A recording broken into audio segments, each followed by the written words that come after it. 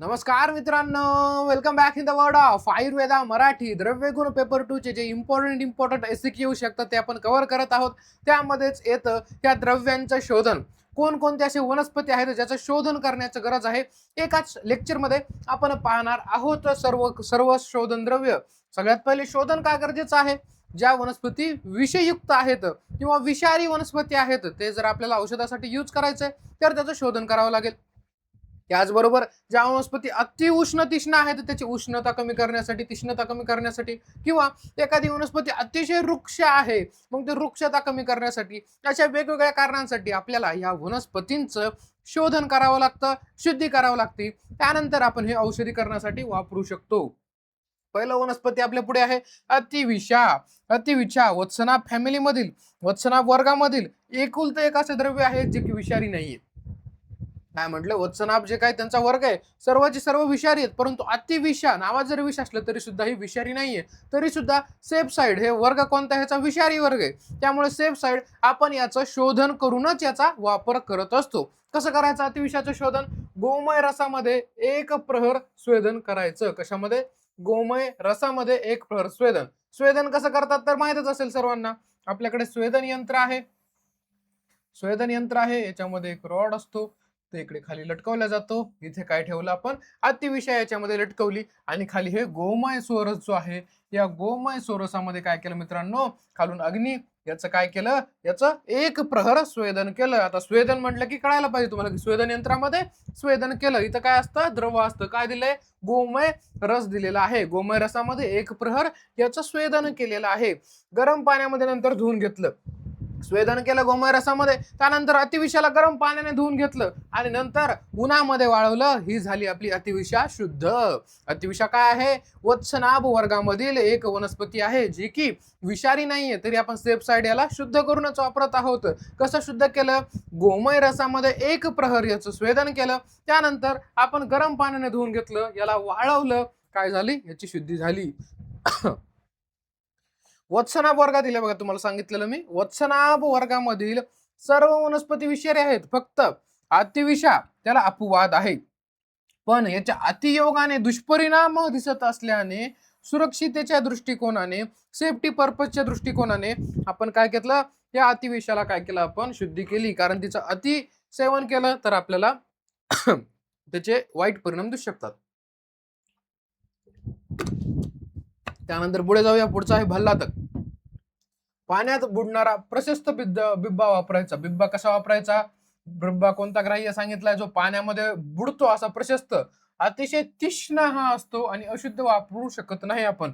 भल्लातक आहे, अतिशय उष्ण तीक्ष्ण आहे. आपल्याला हाताला जर टच झालं तरी आपल्या हाताला ॲलर्जी व्हायला लागेल, एवढा उष्ण आणि तीक्ष्ण हा भल्लातक असतो. मग याची शुद्धी करून वापरणं गरजेचं आहे. कशी करायची शुद्धी याची? सगळ्यात पहिले भल्लातकाचं काय करायचं? त्या भल्लातकाचा काठ आहे तिकडचा, इथून काय करायचं? देठापासून याला कापून घ्यायचं. म्हणजे काय होईल? हे भल्लातकाचं फळ वेगळं होऊन जाईल. त्याला देठापासून कापून घ्यायचा. त्यानंतर जे विटकरीचं चूर्ण आहे, विटकरूच्या चूर्णामध्ये काय करायचं? याला पुरून ठेवायचं आहे. किती? एक आठवडा. या भल्लातकाला काय केलं आपण? या विटकरी चूर्णामध्ये आपण पुरून ठेवलं. तिसरी प्रोसिजर, या जो एक आठवडा आपण ठेवल्यानंतर याला काढायचं आणि त्या विटकरीच्या चूर्णामध्येच काय करायचं?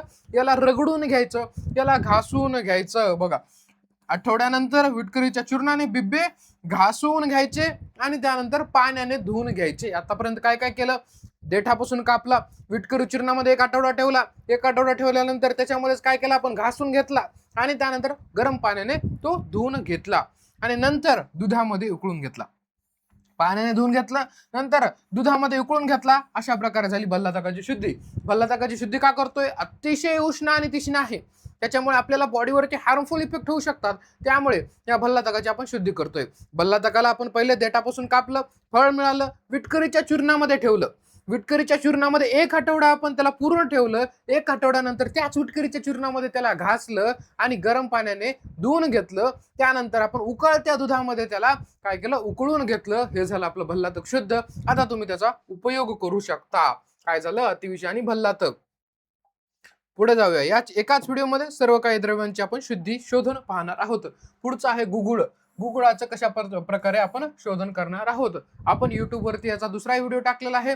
दुसरा एमसीक्यू कोणता कव्हर केलेला आहे, आपण याचा संग्रह कसा करायचा गुगळाचा भल्लातक, म्हणजे जे वनस्पती आहे ज्याचा ज्याचा आपल्या सिलेबसमध्ये संग्रह दिलाय त्याचा संग्रहासाठी एक वेगळा एमसीक्यू बनवलाय. म्हणजे तुम्हाला त्यामधून पूर्ण एक एमसीक्यू कव्हर होणार आहे. आणि जर त्यांना शोधनावरती एमसीक्यू टाकायचा असेल तर या व्हिडिओमधून तुमचा पूर्ण कव्हर होणार आहे. कायचा पाहतोय आपण, तर आपण पाहत आहोत गुगळाचा संग्रह आपण दुसऱ्या व्हिडिओमध्ये घेतलेला आहे. याच्यामध्ये फक्त आपण काय करणार, शोधन पाहणार आहोत. गुगुळ घ्यायचं, स्वच्छ वस्त्रामध्ये त्याची परचुंडी बांधायची. जसं च्यवनप्राश करताना आपण परचुंडी बांधतो ना, रसशास्त्रामध्ये आपण पाहिलं परचुंडी तयार केली या गुगुळाची. आणि दोला यंत्राच्या साहाय्याने काय केलं मित्रांनो, याला काय केलं, त्रिफळाच्या काड्यामध्ये शिजवायचं. या दोला यंत्रामध्ये हे काय ठेवलं आपण, याच्यामध्ये आपण ठेवलं बघा, इथे इमेज दिलेली काढायची गरज नाहीये. हे दोला यंत्र आहे. या दोला यंत्रामध्ये आपण काय केलं, या गुगुळाला दोला यंत्रामध्ये बांधलं आणि आपण ते कशामध्ये, त्रिफळाच्या काड्यामध्ये शिजवलं. हे जे काळ्या कलरचा काढा दिसतोय तुम्हाला, कशाचा आहे हा काढा आहे, त्रिफळाचा काढा केलेला आहे. त्रिफळाचा काढा केलेला आहे. आणि याचं काय सुरू आहे, स्वेदन सुरू आहे. याने काय होईल मित्रांनो, जो स्वच्छ भाग आहे, जो शुद्ध भाग आहे तो बुडाला येऊन थांबेल. याच्यामधून पाझरून जो शुद्ध भाग आहे तो बुडाला येऊन थांबेल. कुठे थांबेल, या मडक्याच्या बुडाला येऊन थांबेल. आणि जो अशुद्ध पार्ट आहे तो अशुद्ध पार्ट याच्यामध्येच आपल्याला पाहायला भेटेल, या वस्त्रामध्येच राहून जाईल. काय म्हटलं मी, जे शुद्ध गुगुळ आहे, शुद्ध गुगुळ म्हणजे चांगला स्वच्छ जो गुगुळ आहे, ज्याला आपण केर कचरा बाजूला केलेला आहे, असं गुगुळ आपण वस्त्रामध्ये परचुंडी बांधली आणि त्याला त्रिफळा क्वाथाने स्वेदन दिलं. हे त्रिफळा क्वाथाने स्वेदन दिल्यानंतर जे वस्त्रात भाग राहतो तो कचरा राहतो, अशुद्ध राहतो. आणि या जे बुडाला येऊन थांबतो तो कसा असतो, शुद्ध गुगुळ आपल्याला मिळून जातो. मित्रांनो, हे जे आपण त्रिफळा क्वाथामध्ये ह्याला शिजवलं, जर आपल्याला ह्या गुगुळाचे रसायन कर्म म्हणून वापर करायचा, अधिकच गुणधर्म वाढवायचे असेल तर हे स्वेदनाच्या दरम्यान आपण काय करायचं, या क्रमाने काढी बनवा. कसे, पहिले तर याचं स्वेदन करायचं गुडूची क्वाथामध्ये, त्यानंतर याचं स्वेदन करायचं त्रिफळा क्वाथामध्ये, आणि त्यानंतर याचं स्वेदन करायचं गोदुग्ध. या क्रमाने जर आपण काय केलं, त्याचं स्वेदन जर केलं तर अतिशय गुणामध्ये वाढ होते आणि रसायन म्हणून आपल्याला या गुगुळाचा वापर करता येतो. बघा खाली या क्रमाने स्वेदन केले असता गुगुळातील रसायन गुण वाढवण्यासाठी उपयोग होतो. कळालं, गुगुळाची शुद्धी कशा पद्धतीने केली जाते. गुगुळाची शुद्धी आपण काय केलं, त्याचं दोला यंत्राच्या साहाय्याने स्वेदन केलं. त्रिफळा क्वाथामध्ये जो वस्त्रामध्ये भाग राहिला तो अशुद्ध होता, जो बुडाला भाग आला तो कसा होता, तो शुद्ध भाग आपल्या गुगुळाचा पाहायला मिळाला. अशा प्रकारे गुगुळाची शुद्धी चाललेली आहे. त्यानंतर पुढे जाऊया, चित्र गुगुळ आपण पाहिलाय. त्यानंतर चित्रकाचे मूळ घ्यायचं आणि रात्रभर चूर्णोदकामध्ये त्याला ठेवायचंय आणि सकाळी काढून त्याला उन्हामध्ये वाळवायचं आहे. ठीक आहे, याचा इथे जे दिलेला आहे ते संदर्भ दिलेला आहे, रस तरंगिणी याचा संदर्भ दिलेला आहे. सोपा आहे, गुगुळ आपण पाहिलं. चित्रक झालं. आता हरिद्रा बघा, हरिद्रा कशा प्रकारे केल्या जातं. आयुर्वेद सार संग्रह याचा रेफरन्स दिलेला आहे, ज्याच्यामधून आपण घेतलंय.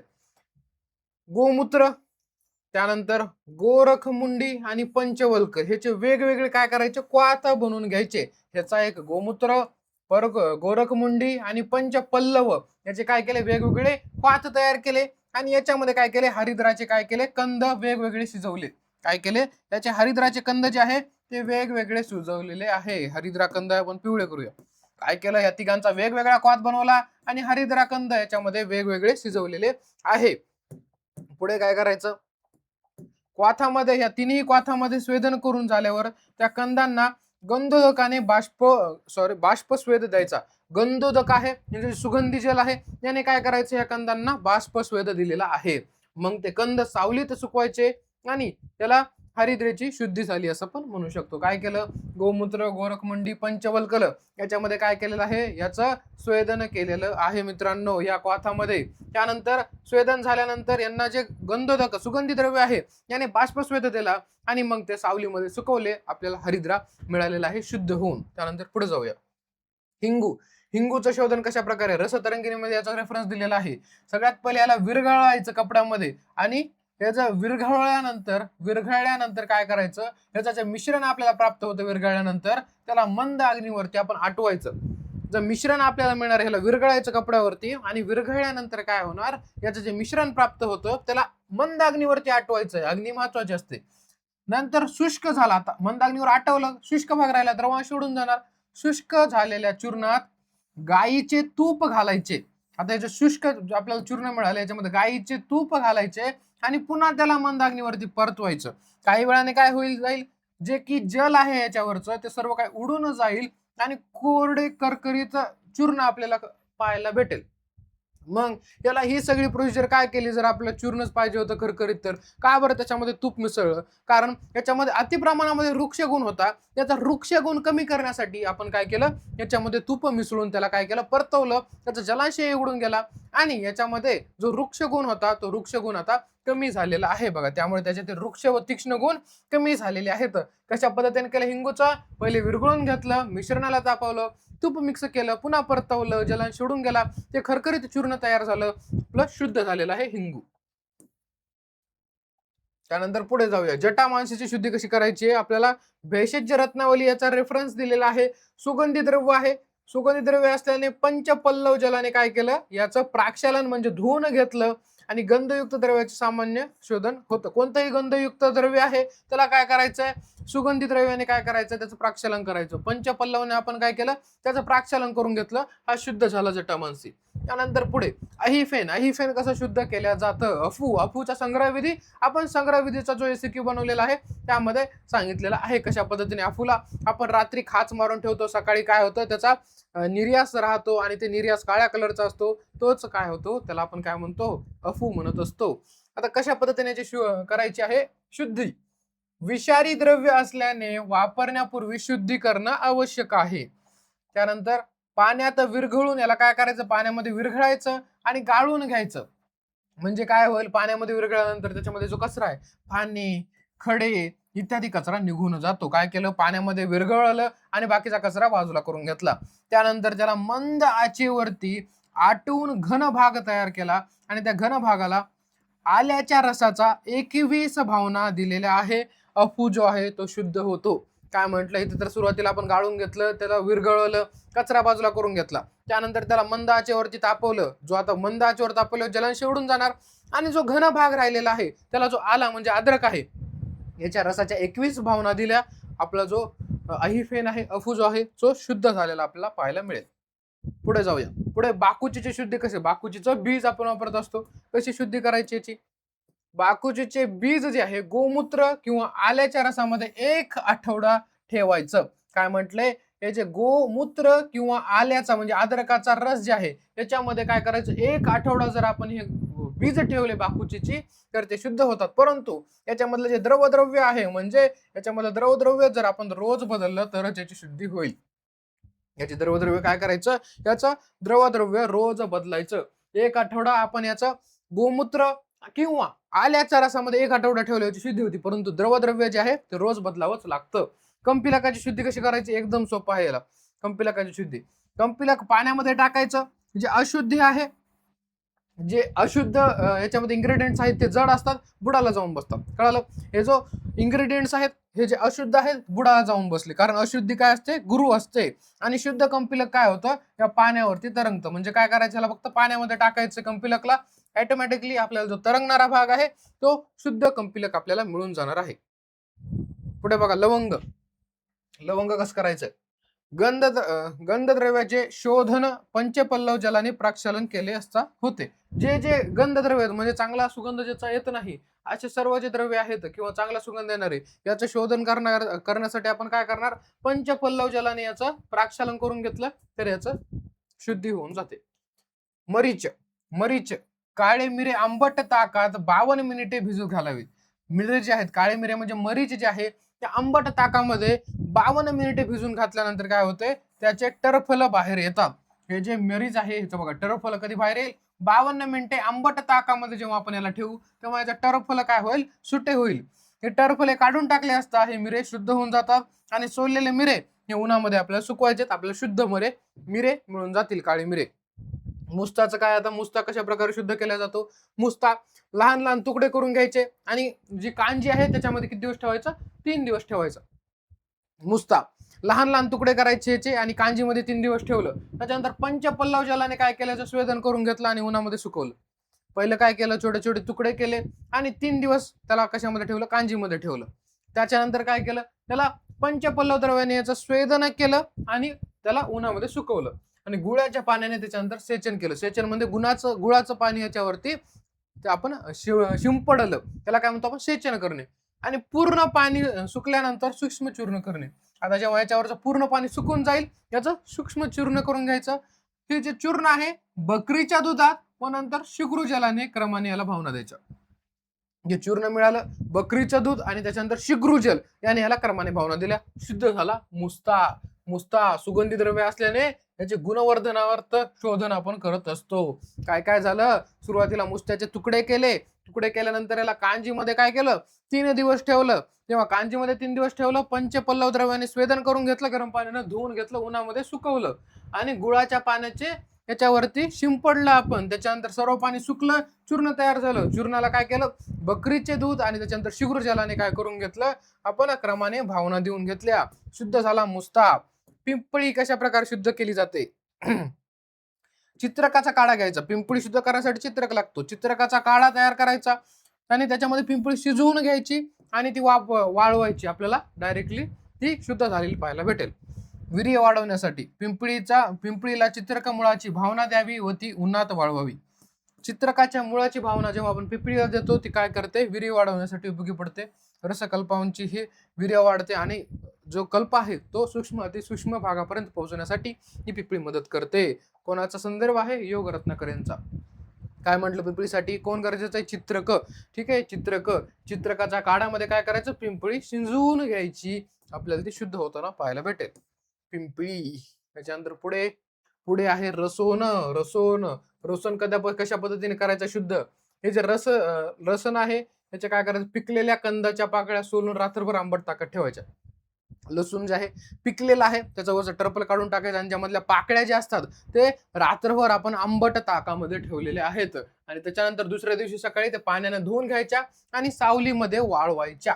परिणाम काय होईल या प्रक्रियेमध्ये, आता हा जो लसूण आहे हा काय असतो, पंचरसात्मक असतो, पण याच्यामध्ये आम्ल रस नसतो.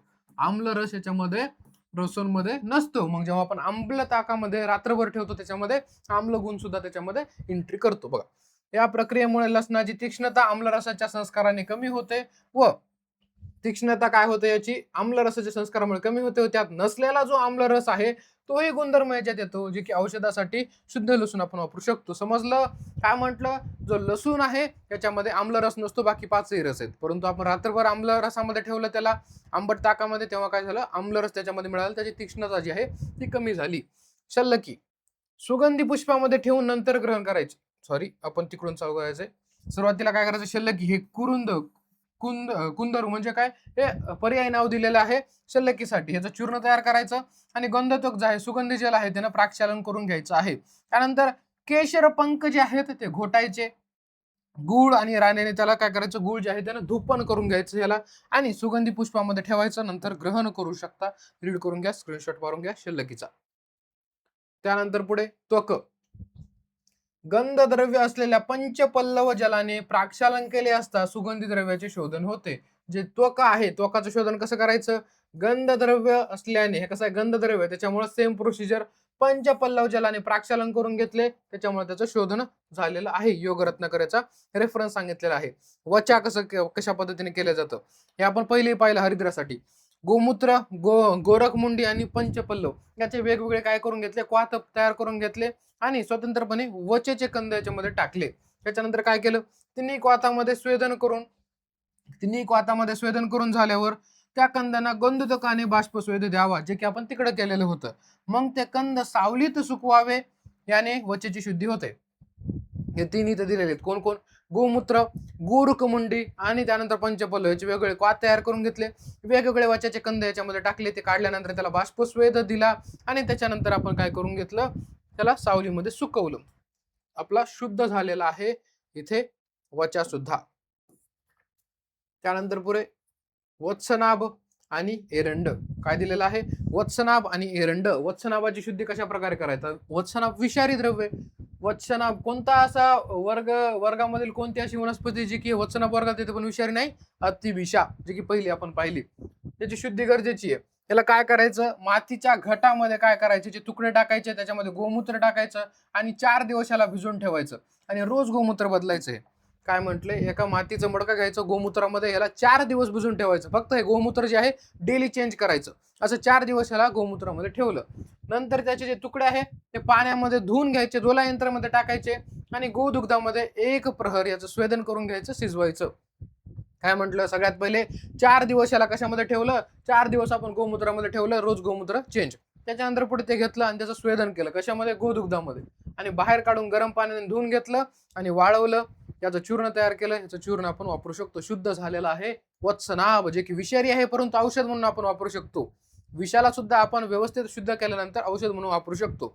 कसं शुद्ध केलं ह्या वत्सनाभला मित्रांनो, सगळ्यात पहिले याला आपण 4 दिवस भिजून ठेवलं गोमूत्रामध्ये, गोमूत्र दररोज चेंज केलं. त्यानंतर आपण याला स्वेदन दिलं गोदुग्धामध्ये आणि त्यानंतर आपण काय केलं, बाहेर काढून गरम पाण्याने धुतलं, वाळवलं, चूर्ण तयार केलं. एरंड कसं शुद्ध होतं, एरंड बीज सोलून नारळाच्या पाण्यात 3 तास दंतबीजाप्रमाणे शिजवतं. काय म्हटलं यांनी, एरंड बीज जे आहे, एरंड बीज सोललं आणि नारळाच्या पानामध्ये 3 तास दंती सारखं याचं काय केलं, शिजवलं. हे संदर्भ कुठला, योग रत्नाकर यांचा आहे. त्याच्यानंतर आता पुढचं बघा, धामनकर यांचा काय दिलेला आहे यांनी रेफरन्स. रेचन धर्म नियंत्रण, जे पक्व झालेली जी काही झाडावरची जी काही बी आहे एरंडाचं, ते रेचन म्हणून काम करते. रेचक म्हणजे विरेचक, पोट साफ करण्यासाठी. तेव्हा हे जे पक्व असते तेच फक्त काम करते, परंतु शुद्ध केल्यानंतर काय होतं, याचा रेचक कर्म कमी होतो. पण ती सुकवली असता तिच्यातील जिभेसारखा भाग म्हणजे गर्भ काढून टाकला, ती शिजवली असता त्याच्या उत्तरोत्तर रेचन धर्म कमी होत जातो. जेवढी शिजवली तेवढं हे एरंडाचा रेचन धर्म जो आहे कमी होत जातो. जी झाडावर पिकलेली आहे त्याचा रेचन धर्म अधिक असतो. आता आपलं संपलेलं आहे सर्वची सर्व प्लांट्सची शुद्धी. काय झालेलं आहे, सर्व प्लांट्सची शुद्धी इथे संपलेली आहे.